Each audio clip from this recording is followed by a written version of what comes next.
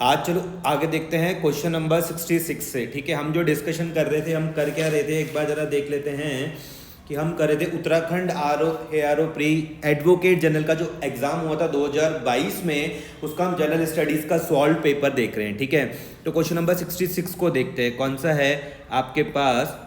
Question number 66 इसको देखते हैं एक बार।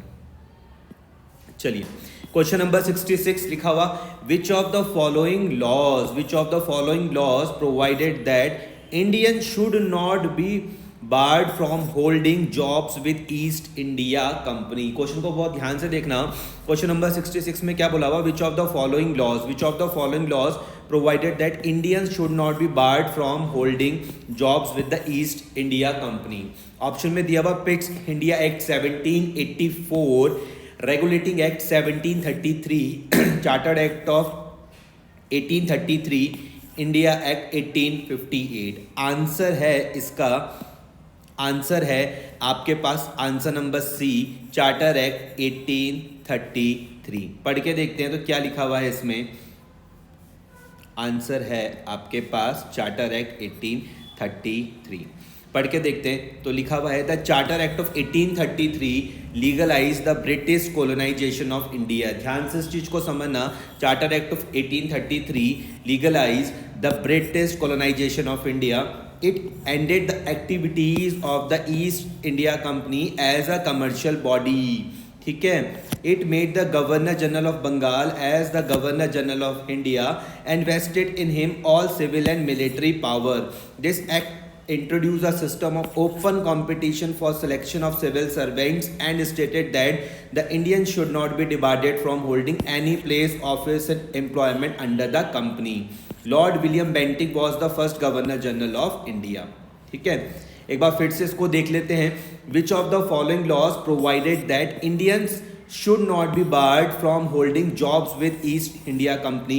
ऑप्शन में दिया हुआ था पिट्स India Act 1784, regulating act 1733, charter act of 1833, India act 1858। Answer था इसका सी, चार्टर एक्ट ऑफ 1833।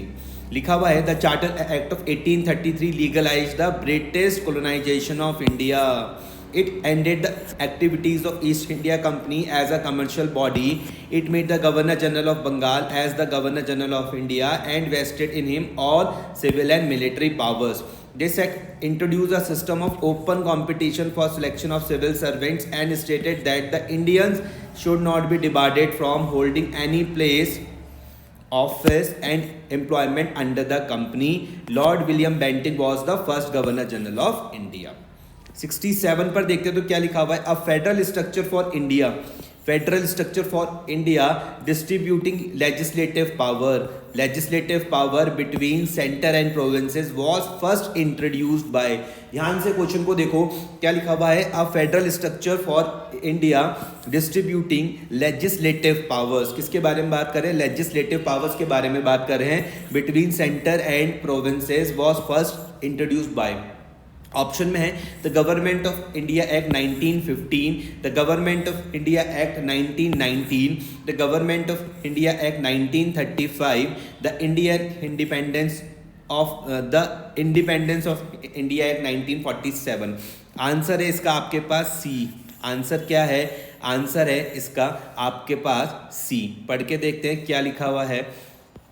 तो लिखा हुआ, government of India act 1935 marked a second milestone towards a complete responsible government of India. ध्यान से देखना, फिर से पढ़ते हैं। Government of India act 1935 marked a second milestone towards a completely responsible government of India. It was a lengthy and detailed document having 321 sections and 10 schedules. It provides for the establishment of all India Federation consisting of provinces and princely state as units. The act divided the power between the center and units in terms of three federal lists. ध्यान से इस चीज को समझो। For center with 59 items, for provincial list for provinces 54 items, the concurrent list for both 36 items. Residuary powers were given to the viceroy. However, the federation never came into being as the princely state did not join it. ठीक है, एक बार फिर से इस question को हम यहाँ पर देख लेते हैं. 67 में a federal structure for India distributing legislative power between center and provinces was first introduced by the Government of India Act 1935. देख लेते हैं इसको यहाँ पे ध्यान से. The government of India act 1935 marked a second milestone towards a completely responsible government of India. It was a lengthy and detailed document having 321 sections and 10 schedules. It provided for the establishment of all India Federation consisting of provinces and princely state as units. The act divided the powers between the center and units in terms of three list. Federal list for center with 59 items, provincial list for provinces 54 items and concurrent list for both 36 items. ठीक है, residuary powers were given to the viceroy. फिर however the federation never came to being as the princely state did not join it. 68 पर हम बात करते हैं. 68 पर लिखा हुआ है the system of separate electorates. ध्यान से इस चीज को समझना. The system of separate electorates was introduced in India by the act of. The system of separate electorates was introduced in India by the act of. पहला है act of 1813, फिर act of 1835, act of 1885, act of 1909. ध्यान से समझना question को. The system of separate electorates was introduced in India by the act of. पहला है act of 1813, act of 1835, act of 1885, act of 1909. Answer क्या है इसका? Act of 1909. Option number D. पढ़ के देखते हैं. The Indian council act 1909 is also known as Morley Minto reform. ध्यान से इस चीज को समझना. इंडियन काउंसिल एक्ट 1909 को आप और किस नाम से जानते हो? मॉर्ले मिंटो रिफॉर्म्स के नाम से जानते हो. This act provided that the Muslim members were to be elected only by the Muslim voters. It is known as a system of separate electorates. Therefore, Lord Minto came to be known as the father of communal electorate and the act successfully legalized communalism. ठीक है, एक बार फिर से question number 68 को देख लो. The system of separate electorates was introduced in India by the act of 1909. The Indian Council Act of 1909 is also known as the Morley-Minto reforms. This act provided that the Muslim members were to be elected only by Muslim voters. It is known as a system of separate electorates. Therefore, the Lord Minto came to be known as the father of communal electorate and the act successfully legalized communalism. ठीक है, आगे 69 पर देखते हैं. The declared purpose of the Wavell plan of 1945 was. ध्यान से समझो 69 क्या बोल रहा है. The declared purpose of the Wavell plan of 1945 was. इसमें क्या लिखा हुआ है? To give dominion status to India, to give federal structure to India, to give representation to all major communities in India और नन ऑफ दीज. ध्यान से इस चीज को समझना. क्वेश्चन को फिर से देख लो. The declared purpose of the Wavell plan of 1945 was. क्या क्या थे? ऑप्शन में दिए हुए हैं. To give dominion status to India, to give federal structure to India, to give representation to all major communities in India और none of these. Answer है भैया इसका C. To give representation to all communities in India. Answer क्या है इसका? C. Answer कौन सा है इसका? C. To give representation to all major communities in India. पढ़ के देखते हैं क्या लिखा हुआ. इन मे 1945. ध्यान से समझना. इन मे 1945 Wavell visited London and discusses his ideas with the British government.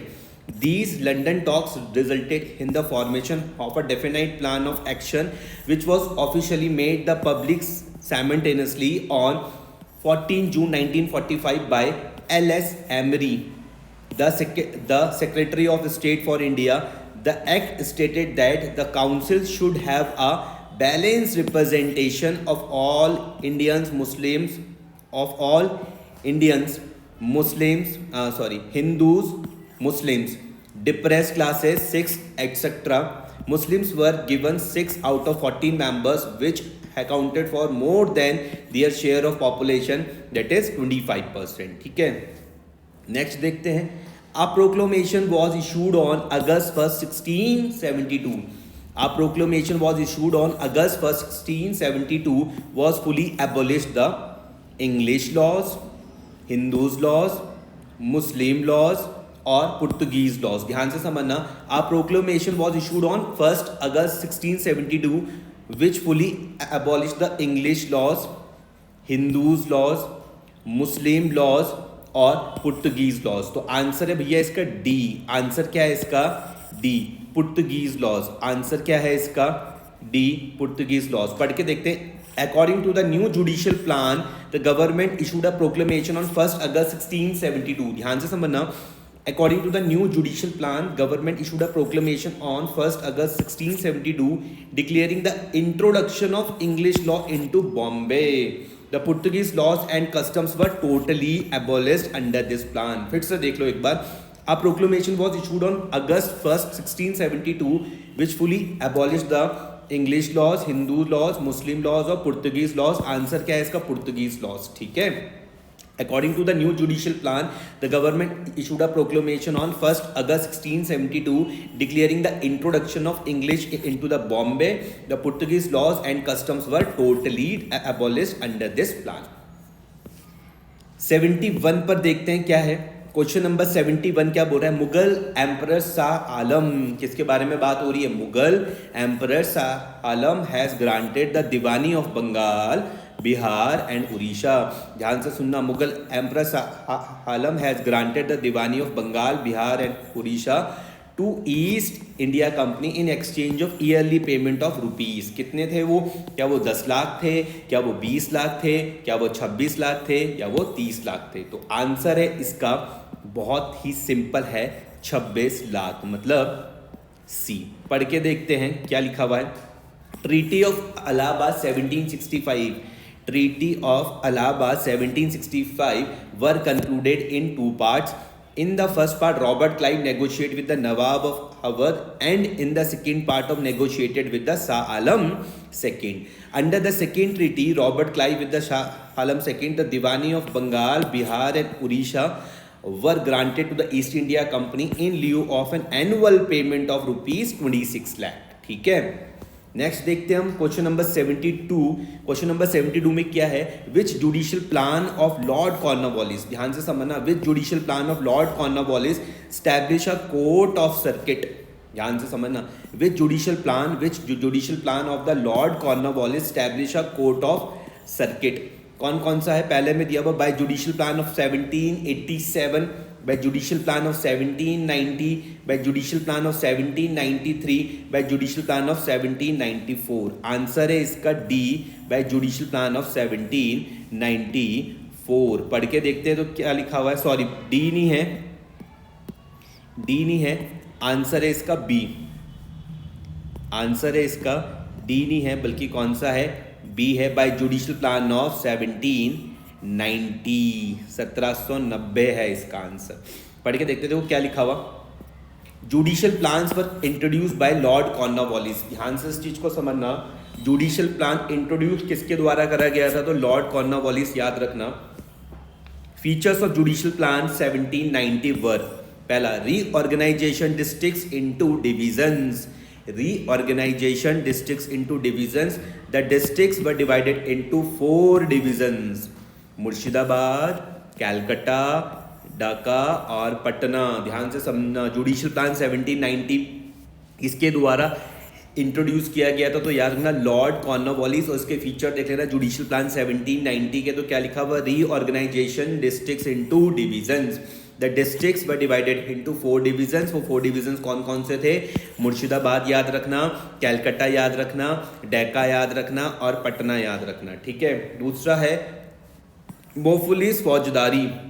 मोफुलिस Faujdari courts were abolished and were replaced with court of circuit. Mofussil Faujdari court जो थे उसको एबोलिश कर दिया गया और उसको रिप्लेस कर दिया गया किसकी जगह पर? कोर्ट ऑफ सर्किट्स की जगह पर।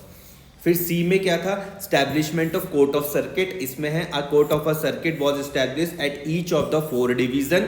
4 डिवीजन कौन कौन से थे वो? मुर्शिदाबाद याद रखना, कैलकटा याद रखना, ढाका याद रखना और पटना याद रखना। ठीक है।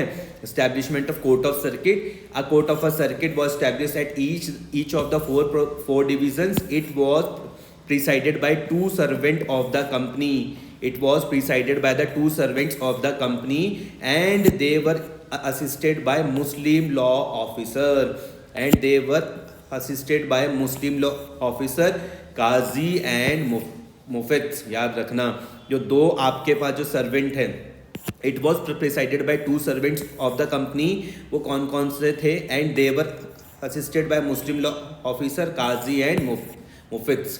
It was not a stationary court. They visited each district of the division twice annually. ठीक है, ये हमने 72 तक कर लिया। अब हम देखते हैं 73 में क्या है? First law commission of India 73 में है। First law commission of India was constituted under charter of 1726, 1813, 1833, 1834। बहुत आसान है इसका आंसर 1833 याद रखना। 1833 याद रखना। First law commission of India was constituted under charter of 1833। क्या लिखा हुआ है? The charter act of 1833 which was enacted by the British Parliament provided for the establishment of law commission for consolidation and codification of Indian laws. The first law commission was formed in 1884 under the chairmanship of Lord Macaulay। ठीक है, first law commission of India याद रखोगे, 1833 याद रखना। The charter act of 1833 was enacted by the British Parliament provided for the establishment of law commission for the consolidation and codification of Indian laws। और जो था तो first law commission was formed in 1884। उस time chairmanship किसके पास थी? Lord Macaulay के पास थी। ठीक है, 74 पर याद रखो, the high courts of judicature, high court of judicature initially established in India were located at, high court of judicature initially established in India were located at Madras, Calcutta, Allahabad, Bombay, Madras, Patna, Madras, Bombay, Calcutta, Bombay, Madras and Delhi. तो आंसर है भैया इसका सी। आंसर है इसका क्या? सी। मद्रास, बॉम्बे और कैलकाटा याद रखना। आंसर कौन सा है इसका? सी। कोई दिक्कत तो नहीं है। हाई कोर्ट ऑफ जुडिकेचर याद रखना। इनिशियली इस्टेब्लिश कहाँ पर हुए थे? इंडिया पर। इनकी लोकेशन कोई पूछ ले तो बोल देना भैया मद्रास, बॉम्बे, कैलकाटा। मैं फिर बोल रहा हूँ, मद्रास, बॉम्बे और कैलकाटा। कब की बात है? इन 1862 3 high courts were established for the first time in India by किसके द्वारा? क्वीन विक्टोरिया के द्वारा during the British rule in the cities of Bombay, now Mumbai, Madras, now Chennai and Calcutta, now Kolkata. 75 में है, who was the chairman of first law commission of India. पूछा हुआ आपसे कि भैया बताओ चेयरमैन के बारे में, कौन chairman? First law commission of India के चेयरमैन कौन थे? क्या CH सेमेरॉन थे, या TB मैकॉले थे, या GW एंडरसन थे, या R मिलट थे? आंसर बहुत सिंपल है, अभी भी आया था चर्चा में, TB मैकॉले याद रखना। जो पूछ लिया चेयरमैन कौन है first law commission of India के, तो TB मैकॉले याद रखना। The first law commission was established during colonial rule in India by the East India Company under the Charter Act of 1833। Under the Charter Act of 1833, the commission consists of Lord TB Macaulay as chairman and 4 members, namely CH Cameron, JM MacLeod, GW Anderson और F Millett। ठीक है, first law commission was established during the colonial rule in India by the East India company. और उसके बाद क्या था? Under the charter act of 1833 याद रखना।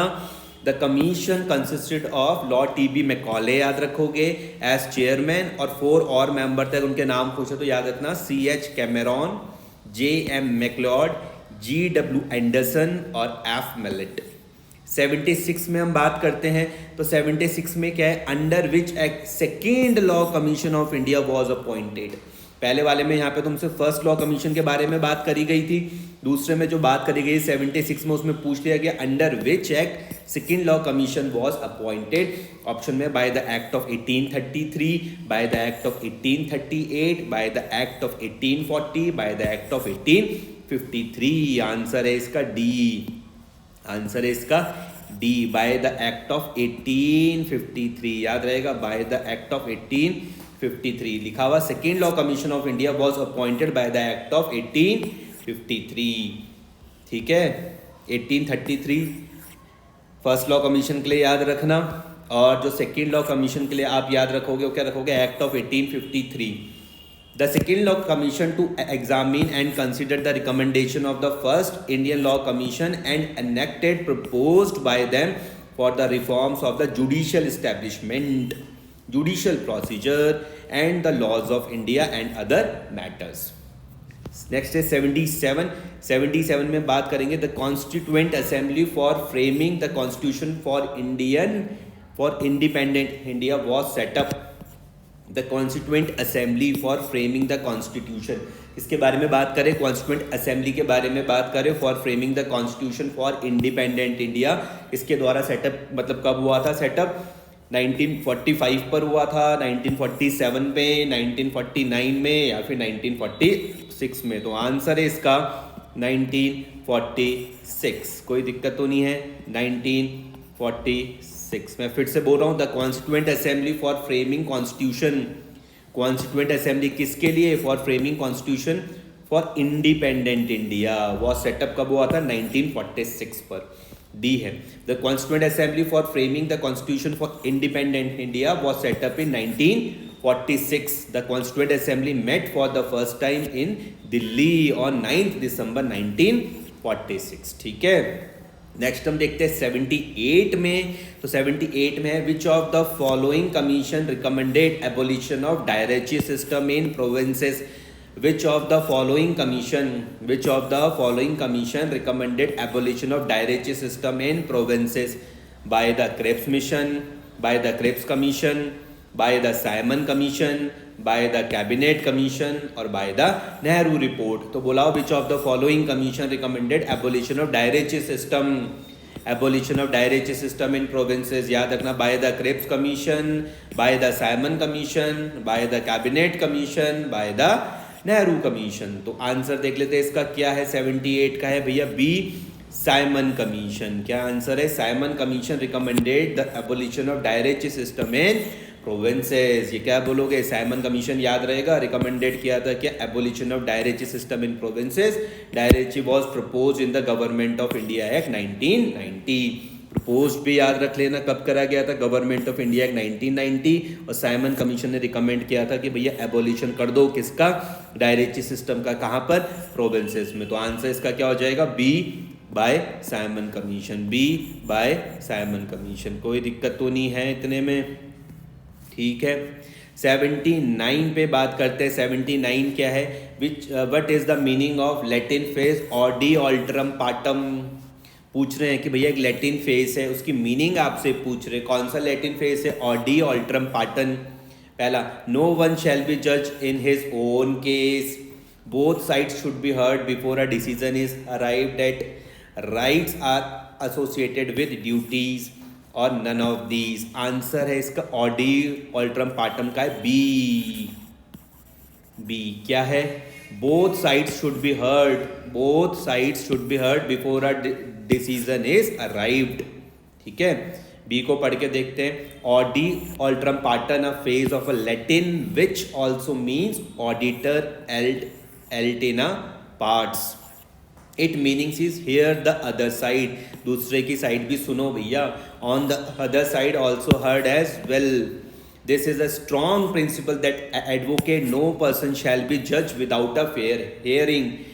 There is a strong principle that advocate क्या बोलता है? No person shall be judged without a fair hearing. This principle is meant to give each party an opportunity to respond to the evidence against them. ठीक है. फिर से देख लेना. Meaning पूछी हुई थी आपसे. एक लैटिन फ्रेज था ऑडी ऑल्ट्रम पार्टम का, जिसका मतलब था both side should be heard before a decision is arrived. Last question है आज का, जरा देख लेते हैं. The word mala fide means. Mala fide का मतलब क्या होता है? Erroneous, good faith, bad faith या फिर इंटेंशन. तो मेलाफाइड का मतलब है बैड फेथ. सी याद रखना. मेलाफाइड. मेलाफाइड का मतलब क्या है भैया?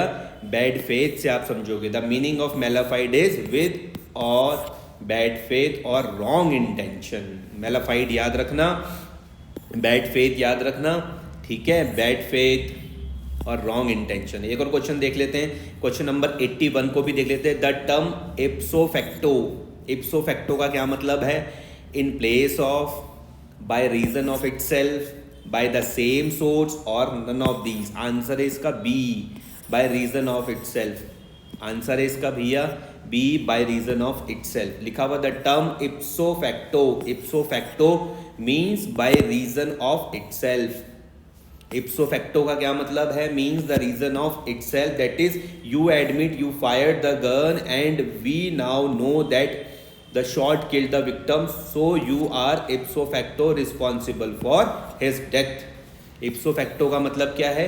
by reason of itself. The term ipso facto means by reason of itself. You admit you fired the gun. आप admit कर रहे हो कि भैया गन को फायर किसने करा था? आपने करा था. And we now know that the shot killed the victim, so you are ipso facto responsible for his death. 82 याद रखना. The constitution of India was amended for the first time. बहुत सिंपल क्वेश्चन है कि जो भारत का जो संविधान था वो अमेंड कब हुआ था पहली बार? तो आंसर इसका 1951 है. 1951 मतलब B. 1951 1951. The constitution of India was amended for the first time. आंसर याद रखोगे 1951. The constitution of India was amended for the first time on 10th May 1951.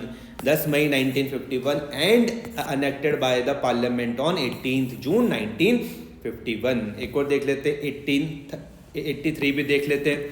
Habeas corpus. Habeas corpus का मतलब क्या पूछ रहे आप? लिटरली मीन्स क्या है उसका?